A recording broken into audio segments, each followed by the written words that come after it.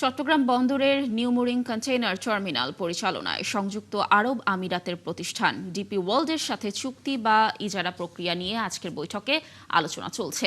সচিবালয় মন্ত্রী পরিষদ বিভাগে এই বৈঠকে সভাপতিত্ব করছেন প্রধানমন্ত্রী তারেক রহমান। সিদ্ধান্ত বাস্তবায়ন নিয়েও মন্ত্রী পর্যায়ে আলোচনা হচ্ছে। সভায় আছেন অর্থ, পররাষ্ট্র, আইন, খাদ্য, কৃষিমন্ত্রী সহ সংশ্লিষ্ট মন্ত্রণালয়ের মন্ত্রী ও মন্ত্রী এবং বাংলাদেশ বিনিয়োগ উন্নয়ন কর্তৃপক্ষ বিডা চেয়ারম্যান। এদিকে বেলা 12:30টায় ফ্যামিলি কার্ডের বিষয়ে সভা অনুষ্ঠিত হওয়ার কথা রয়েছে। দরিদ্র ও নিম্ন মধ্যবিত্ত পরিবারকে মূল্যস্ফীতির চাপ থেকে স্বস্তি দিতে ফ্যামিলি কার্ড কর্মসূচি চালুর উদ্যোগ নিয়েছে বিএনপি সরকার। এই কার্ডের মাধ্যমে নির্বাচিত পরিবারগুলোকে নিয়মিত নগদ সহায়তা দেওয়া হবে। দর্শক, আজ সচিবালয়ে মন্ত্রিপরিষদ বিভাগে বৈঠকে সভাপতিত্ব করছেন প্রধানমন্ত্রী তারেক রহমান। বেশ কিছু বিষয় বৈঠক করার কথা রয়েছে তার। এই বিষয়ে আরো তথ্য জানাতে আমাদের সাথে যুক্ত হচ্ছেন সহকর্মী মোহন ইসলাম। মোহন, প্রধানমন্ত্রী প্রথম বৈঠকটি তো নিশ্চয়ই শেষ করেছে। এই বিষয়ে সর্বশেষ কি তথ্য রয়েছে আপনার কাছে, আর পরবর্তীতে যেই বৈঠকগুলো রয়েছে সেগুলো কোন বিষয়কে কেন্দ্র করে হতে যাচ্ছে জানাবেন সেখানকার খবরাখবর। গরমে দাপাদাপি ঘরের চালের স্থায়ী সমাধান আনোয়ার সিমেন্ট শীট।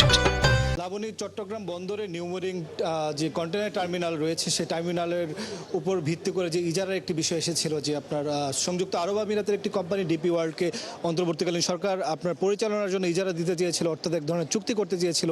সেইটি নিয়ে কিন্তু একটি বৈঠক হয়েছে। বৈঠকটি শেষ হয়েছে। বৈঠক শেষে আমরা দেখেছি যে সড়ক পরিবহন, রেল ও নৌ মন্ত্রণালয়ে যিনি মন্ত্রী রয়েছে শেখ রবিউল আলম তিনি বেরিয়ে গিয়েছেন। আমরা দেখেছি আইনমন্ত্রী আসাদুজ্জামান তিনি বেরিয়ে গেছেন, যদিও তারা সংবাদ মাধ্যমের সাথে কথা বলেননি। আমরা অ্যাপ্রোচ করেছিলাম, অর্থাৎ জিজ্ঞেস করেছিলাম যে মিটিংয়ের সিদ্ধান্ত কী হলো।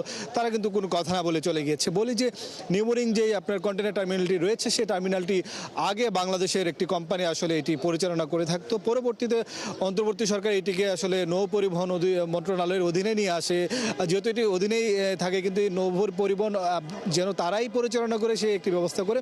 পরবর্তীতে আমরা জেনেছি বা আমরা জানি যে সেটি আসলে সংযুক্ত আরব আমিরাতের যে ডিপি ওয়ার্ল্ড তাদেরকে ইজারা দেওয়ার একটি আলাপ আলোচনা চলছিল, যেটি আসলে সম্পূর্ণ হয়নি। এর আগেই এটি আসলে আন্দোলন হয়েছে, প্রতিবাদ হয়েছে, সভা সমাবেশ হয়েছে এটি উচ্চ আদালত পর্যন্ত এটি গড়িয়েছে। সেই কারণে আসলে প্রধানমন্ত্রী তারেক রহমান এটি সভা করেছে। আমরা এখনো এটির আসলে জানি না সিদ্ধান্ত কী হয়েছে বা এটি নিয়ে কী আলোচনা হয়েছে।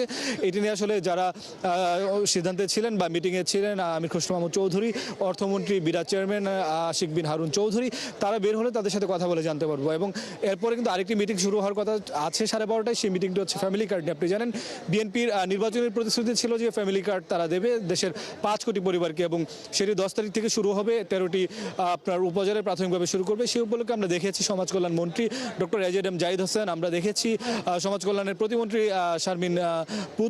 ফারজানা শারমিন পুতুল, তারা কিন্তু ইতিমধ্যে যেখানে মিটিং হবে আপনার ক্যাবিনেটের সেইখানে তারা প্রবেশ করেছেন।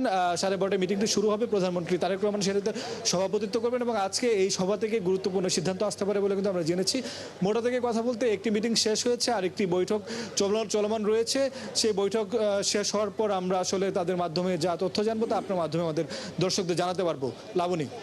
মোহন, ধন্যবাদ আমাদের সাথে যুক্ত থাকার জন্য। আপনি থাকুন সচিবালয়ে। নিশ্চয়ই আমরা পরবর্তী বৈঠকগুলোর সকল তথ্য আপনার মাধ্যমে দর্শকদেরকে জানাতে পারবো। তো যুক্ত ছিলেন সহকর্মী মোহন ইসলাম।